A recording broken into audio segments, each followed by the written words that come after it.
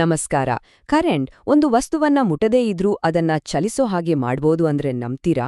ಹಾಗಾದ್ರೆ ಬನ್ನಿ, ಇವತ್ತು ನಾವು ಈ ವಿದ್ಯುತ್ ಮತ್ತು ಕಾಂತೀಯತೆ ಒಂದಾದಾಗ ಹುಟ್ಟೋ ಆ ಒಂದು ಅದ್ಭುತ ಅದೃಶ್ಯ ಶಕ್ತಿಯ ಹಿಂದಿರೋ ರಹಸ್ಯ ಏನು ಅಂತ ಒಂದು ಸಿಂಪಲ್ ಪ್ರಯೋಗದ ಮೂಲಕ ತಿಳಿದುಕೊಳ್ಳೋಣ. ಸರಿ, ಹಾಗಾದ್ರೆ ನಾವು ಬಿಡಿಸ್ಬೇಕಾಗಿರೋ ಒಗಟು ಏನು ಅಂದ್ರೆ, ಒಂದು ಎಲೆಕ್ಟ್ರಿಕ್ ಕರೆಂಟ್ ಮ್ಯಾಗ್ನೆಟಿಕ್ ಫೀಲ್ಡ್ ಅಥವಾ ಕಾಂತಕ್ಷೇತ್ರವನ್ನ ಸಂಧಿಸಿದಾಗ ಏನಾಗತ್ತೆ? ಇದು ಕೇಳೋಕೆ ಸಿಂಪಲ್ ಪ್ರಶ್ನೆ ಇರ್ಬೋದು, ಆದ್ರೆ ಇದರ ಉತ್ತರ ಇದೆಯಲ್ಲ, ನಮ್ಮ ಇವತ್ತಿನ ಟೆಕ್ನಾಲಜಿ ಜಗತ್ತನ್ನೇ ರೂಪಿಸಿದ ಒಂದು ದೊಡ್ಡ ಸಿದ್ಧಾಂತವನ್ನ ನಮಗೆ ತೋರಿಸುತ್ತೆ. ಬನ್ನಿ, ಪ್ರಯೋಗ ಮಾಡಿ ಉತ್ತರ ಏನು ಅಂತ ನೋಡೇ ಬಿಡೋಣ. ಓಕೆ, ಫಸ್ಟ್ ನಾವು ಈ ಪ್ರಯೋಗಕ್ಕೆ ಬೇಕಾದ ಸೆಟಪ್ ಮಾಡ್ಕೋಬೇಕು ಅಲ್ವಾ? ಯಾಕಂದ್ರ ಯಾವುದೇ ದೊಡ್ಡ ವೈಜ್ಞಾನಿಕ ಸಂಶೋಧನೆ ಶುರುವಾಗೋದೇ ಪಕ್ಕಾ ತಯಾರಿಯಿಂದ. ಸೊ ಈ ಒಂದು ಸೀಕ್ರೆಟ್ ಫೋರ್ಸ್ ಅಂದ್ರೆ ಗುಪ್ತ ಬಲವನ್ನ ನೋಡಕ್ಕೆ ಬೇಕಾದ ವಸ್ತುಗಳನ್ನೆಲ್ಲ ಜೋಡಿಸೋಣ ಬನ್ನಿ. ನಮ್ಮ ಈ ಪ್ರಯೋಗದಲ್ಲಿ ಕೆಲವು ಮುಖ್ಯ ಪಾತ್ರಧಾರಿಗಳಿದ್ದಾರೆ. ಮೊದಲನೇದು, ಕರೆಂಟ್ ಪಾಸ್ ಆಗೋಕೆ ಒಂದು ಸಣ್ಣ ಅಲ್ಯೂಮಿನಿಯಂ ರಾಡ್.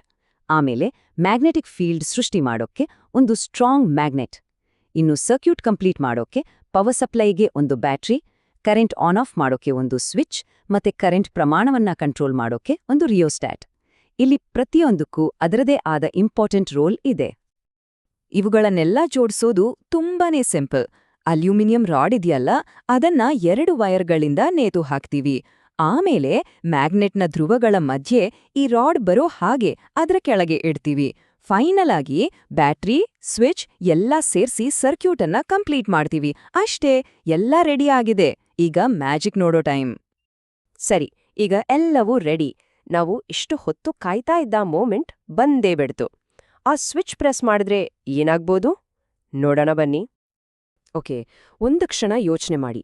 ಸ್ವಿಚ್ ಆನ್ ಮಾಡಿದ ತಕ್ಷಣ ಎಲೆಕ್ಟ್ರಾನ್ಗಳು ಆ ರಾಡ್ ಮೂಲಕ ಹರಿಯಕ್ಕೆ ಶುರು ಮಾಡ್ತವೆ. ಆ ರಾಡ್ ಎಲ್ಲಿದೆ? ಒಂದು ಮ್ಯಾಗ್ನೆಟಿಕ್ ಫೀಲ್ಡ್ ಮಧ್ಯದಲ್ಲಿದೆ. ಹಾಗಾದ್ರೆ ಏನಾಗ್ಬೋದು ಅಂತ ಊಹೆ ಇದೆಯಾ? ಅಲ್ಲ್ ನೋಡಿ, ರಾಡ್ ಅದು ಮೂವ್ ಆಯ್ತು. ಯಾರೂ ಅದನ್ನ ಮುಟ್ಲೇ ಇಲ್ಲ, ಆದ್ರೂ ಅದು ಪಕ್ಕಕ್ಕೆ ಸರಿದಿದೆ. ಇದು ಸುಮ್ನೆ ಒಂದು ಚಲನೆ ಅಲ್ಲ, ಇದು ಒಂದು ಡೈರೆಕ್ಟ್ ಪ್ರೂಫ್. ಕರೆಂಟ್ ಮತ್ತೆ ಮ್ಯಾಗ್ನೆಟಿಕ್ ಫೀಲ್ಡ್ ಒಂದಾದಾಗ ಒಂದು ಕಾಣದ ಮೆಕ್ಯಾನಿಕಲ್ ಫೋರ್ಸ್ ಹುಟ್ಕೊಡುತ್ತೆ ಅನ್ನೋದಕ್ಕೆ ಇದೇ ಸಾಕ್ಷಿ. ಆದ್ರೆ ಇದು ಕಾಕತಾಳೀಯವಾಗಿ ಆಗಿದ್ದಾ, ಅಥವಾ ಈ ಫೋರ್ಸ್ಗೂ ಕರೆಂಟ್ಗೂ ಏನಾದ್ರೂ ಡೈರೆಕ್ಟ್ ಲಿಂಕ್ ಇದೆಯಾ?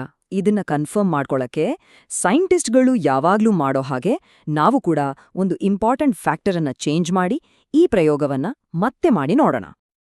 ಇಲ್ನೋಡಿ, ನಾವು ಕರೆಂಟ್ ಡೈರೆಕ್ಷನ್ ಅನ್ನ ರಿವರ್ಸ್ ಮಾಡಿದ ತಕ್ಷಣ ಏನಾಯ್ತು? ರಾಡ್ ಮತ್ತೆ ಮೂವ್ ಆಯ್ತು, ಆದ್ರೆ ಈ ಸಾರಿ ಕಂಪ್ಲೀಟ್ ಆಗಿ ಆಪೋಸಿಟ್ ಡೈರೆಕ್ಷನ್ನಲ್ಲಿ. ಇದೇ ನೋಡಿ ಕ್ಲಿಯರ್ ಕಟ್ ಪ್ರೂಫ್. ಅಂದ್ರೆ ಆ ಫೋರ್ಸ್ನ ಡೈರೆಕ್ಷನ್ ಕರೆಂಟ್ನ ಡೈರೆಕ್ಷನ್ ಮೇಲೆ ಡೈರೆಕ್ಟ್ ಆಗಿ ಡಿಪೆಂಡ್ ಆಗಿದೆ. ಇದೊಂದು ಪರ್ಫೆಕ್ಟ್ ಕಾಸ್ ಅಂಡ್ ಎಫೆಕ್ಟ್ ಅಂತ ಹೇಳ್ಬೋದು. ಸರಿ, ಹಾಗಾದ್ರೆ ಈ ಎಲ್ಲಾ ಅಬ್ಸರ್ವೇಷನ್ಗಳಿಂದ ನಾವು ಯಾವ ನಿರ್ಧಾರಕ್ಕೆ ಬರಬಹುದು?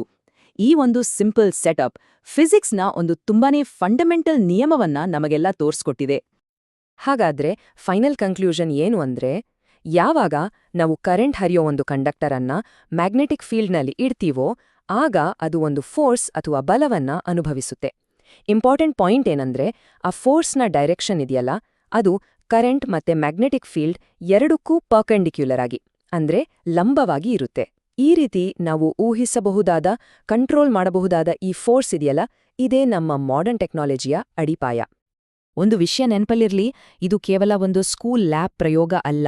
ನಾವೀಗ ನೋಡಿದ ಈ ಬೇಸಿಕ್ ಫೋರ್ಸ್ ಇದೆಯಲ್ಲ, ಇದೇ ತತ್ವದ ಮೇಲೆ ಎಲೆಕ್ಟ್ರಿಕ್ ಕಾರ್ಗಳಿಂದ ಹಿಡಿದು ನಮ್ಮ ಫೋನಲ್ಲಿರೋ ವೈಬ್ರೇಟರ್, ಹಾಡ್ ಕೇಳೋ ಸ್ಪೀಕರ್ಗಳವರೆಗೂ ಎಲ್ಲವೂ ಕೆಲಸ ಮಾಡುತ್ತೆ.